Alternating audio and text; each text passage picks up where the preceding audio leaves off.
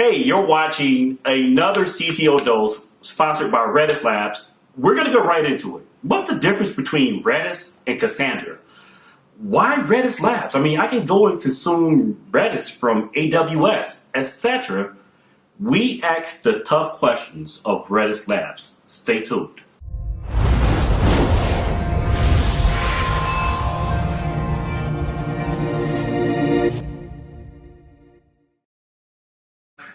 Sponsoring yet another CTO Dose from beautiful Las Vegas, as you can tell with the rain pouring outside. Doing AWS reInvent Redis Labs. And from Redis Labs, I have their Chief Product Officer, Alvin Richards.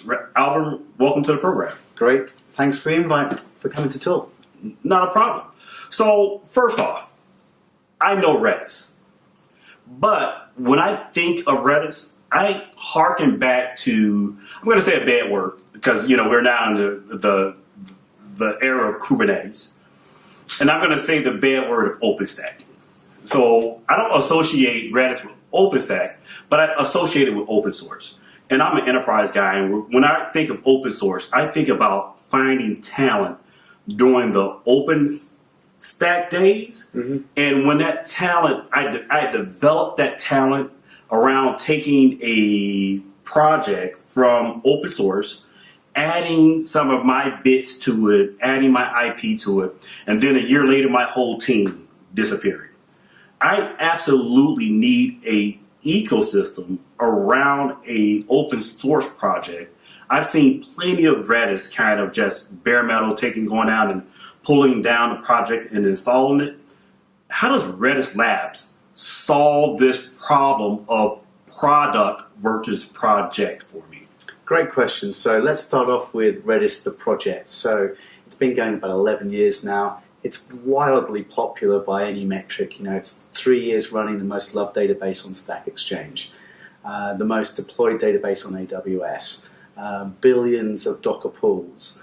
And so by any reasonable metric, it's super loved, it's super used. But why do developers first pick it up? Mostly because it does this sort of Vulkan mind meld with developers, because they use it in a way that's very familiar with them. They're dealing with data structures rather than object relational mapping layers or object document mapping layers. They're dealing with lists, sets, sorted sets. It's very, very natural. Then to sort of segue into what does Redis Labs do? Well, we're the major sponsor of the project, so we commit code to that. Right. But we also produce an enterprise version. And so most people start off thinking of Redis as a cache. They may use it, for example, as a session store. And that's great for when you're developing. But what do you want to do when you're a big global company? You want to distribute that data around the globe. Well, this is where Redis Enterprise comes in. We have active-active replication. So you can have that same session state in multiple data centers. You lose a data center, that person who goes back to their shopping cart hasn't lost their shopping cart. They have everything there because the data is replicated between all of those data centers in near real time. And so whether that's a shopping cart or whether that is the leaderboard in your favorite game that you're playing on your favorite online game. I'm playing multiplayer Super Mario Bros. Exactly, right? You want that session state, you want that leaderboard, or you want that risk analysis for that credit card transaction to have the same data irregardless of where you are. And you want to be able to access that data super, super quickly. So we're in an open source world, and we're kind of introducing open source to my enterprise audience. Mm-hmm. Redis, they might have heard of Redis, again, from a cache layer or developers using it as something to have a basically free database on their development environment. And they may move to something else in production for these very reasons. But some of the use cases you gave to me is kind of new to me from a Redis perspective. Redis is not something that I've readily worked with day to day as an operator. So when I think of like these multi-regional global databases, the first thing that I think of is like a Cassandra DB. Mm-hmm. What is the difference? Can you explain to the audience the difference between the nature between a Redis and a Cassandra? Absolutely. So, I've been in databases a long time. I started with relational databases in the 80s. And, we got to a sort of stasis point with relational databases, which is, You had a single server, the database running on it, and you could load up however much data. The problem we got in the sort of early 2000s is there was more data than a single server could hold. Right. So you had to put data across multiple servers. You had to have some form of distribution of that data. And the relational model has some challenges when you start distributing the data. Trying to do a join across servers is very problematic and it's very slow. And so other data models formed to allow that data to be distributed more easily. So Redis is a key value store. Cassandra is a wide column store. MongoDB is a document store. These are just different ways of representing the data that have different characteristics on how you can distribute that data. So depending on the problem you solve, you choose one database over another one, or whatever your way of approaching the problem. So you can potentially solve the same problem with the same database, but advantages, disadvantages, we'll leave that for the database experts. Yes, so if you remember, there was advertising in the 90s by Oracle that said put all your data into Oracle. Right. Everybody tried that and everybody failed, right? And so I think the challenge for any IT organization is there are lots and lots of databases. There's like 250 on DB engines. But there's these sort of main different categories of databases, and for an IT professional, you have to pick the right tool for the job. And then you end up with this sort of polyglot environment where you still may have some relational, you may have some key value, you may have some document stores. And so it's really understanding the problem you're trying to solve. What are the scalability requirements? What are the availability requirements? And can you pick the right tool to solve the problem? For Redis, we think the problems it solves is where you've got very large sets of data, or you've got data that you want to access very, very quickly. So a couple of really simple examples of that would be bidding on Google AdWords. Right? Google gives you 75 milliseconds. Right? So you've got to give your bid in 75 milliseconds. So the more data you can look at in those 75 milliseconds, the better chance you've got of bidding the right offer for your client. But you can't take 76 milliseconds, so you need something that's got very guaranteed latency. So that could be an auction bid. It could be, risk analysis when you swipe your credit card. There are more and more use cases where the more data you have, the richer experience you can give.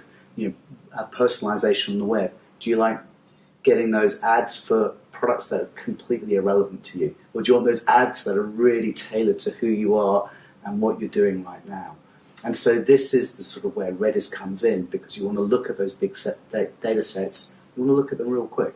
So as I'm looking at databases, these 250 different databases that I have to pick from, the way enterprises typically select databases is that we'll say, for this type of problem, if you have a key value store problem, as an enterprise, we standardize on this DB. For column databases, we standardize on this DB.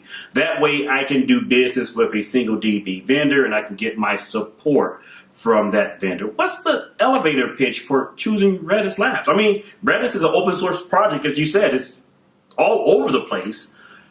Why go to Redis other than the fact that you guys sponsor the open source project? Yeah, so, I mean, one route in is you're in a regulated industry and you need to have a relationship with the vendor. And that's one sort of traditional way of you build that relationship between the vendor and the customer. But when I look at it from a technology perspective, there are criteria that the business needs in order to meet their commitments to their customers or to other business units. And that's all around SLAs, around availability, it's around throughput and performance. And so in a very small Redis cluster, you can do 200 million operations a second, right? So the question then becomes, what can I now do with that? How does that change the way I think about my business process, or how I engage with a customer, or how I can optimize and schedule traffic? So for example, you can imagine you're a cell phone operator and you've got trucks moving around, right? Let's say part of your network goes down. Would you want to route that truck to go and do a home install, or to go fix the network problem? Now, if you can reroute dynamically, You can also then inform that customer that's waiting for an install that the person's going to be 20 minutes late. So is that a feature of native Redis, or is that value add that Redis Labs adds on top of Redis? So what it's allowing our customers to do is look at a greater data set and a number of different feeds so that they can make more sophisticated answers. And that may be because it's a better routing, it may be a better credit score, it may be a better personalization experience. It's all a question of being able to look at that big graph of data for the relevancy and then be able to actually do more sophisticated processing. So I get the sophisticated processing. One of the things that I run to consistently is reliability as a challenge when it comes to databases being the underpinning of mission critical applications. And I hear open source. So open source, I get it. Linux has gotten to the point I trust Linux. However, when I'm talking about databases, I understand some of the world's biggest businesses run their mission critical solutions on Redis, but I don't have a bunch of PhDs to make this thing work. How do you guys help me to make sure that it's reliable? Great question. So there's two ways we do that. So Redis Labs as a company, we started off as a cloud service for Redis.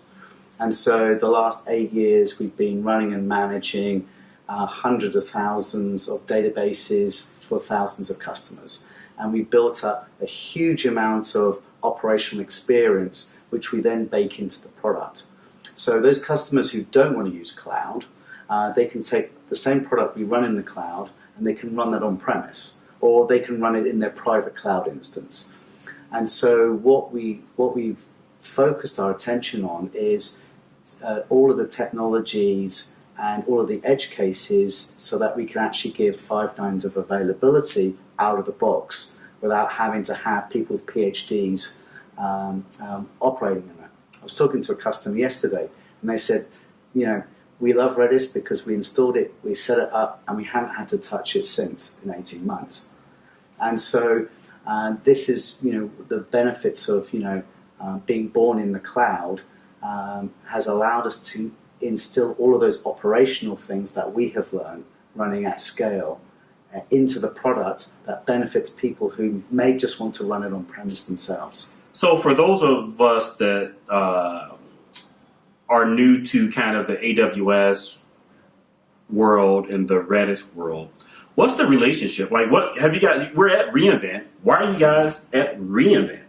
I mean, it seems like AWS has their competitive view of what Redis is, and you guys are here at reInvent talking to customers. What's the conversation like? What's the value pitch? Great question. So, we're here at reInvent. AWS is one of the cloud providers that we run on. We also work on GCP and Azure. We announced earlier this year a partnership where Google would actually promote Redis Enterprise as a first-party service along with their own Redis offering. And so we work with all of the cloud providers. And so one of the value pitches is hybrid cloud deployment. Right? Some of it you want to run on premise, some of it you want to run on cloud. You may actually want to span both of those. If you've got a transition strategy to get from on-prem to cloud, well, Redis is going to help you doing that because it's going to allow you to cache the data on both sides so you can maintain that application performance as you move in both the application load and the data load between those deployment characteristics. But you need to do that in a reliable way. And so technologies like active-active give you that 5 nines of availability across those domains. Now, most people will tell you cloud deployments are much more unreliable than traditional on-premise, and that's absolutely the case. And so this is when technologies like Kubernetes actually help those migrations into the cloud deployment because they simplify the automation of the day 2 operations. One of the things we announced recently was an extension to our Kubernetes operator that would do automatic cluster recovery. Again, this alleviates the burden for day 2 operations because it literally is sort of set and forget it. So, Alan, I really appreciate you taking out the time. Your busy reInvent schedule. We're all the way over here at the Cosmo. If you're not familiar with the setup here at reInvent, is spread across like 8 different hotels, and it takes 45 minutes to go from one hotel to another one. So I appreciate your time coming over from the Venetian. For more coverage of AWS reInvent, go to the website, thectoadvisor.com, or follow us on Twitter at CTOadvisor. Until the next CTO Dose, talk to you then.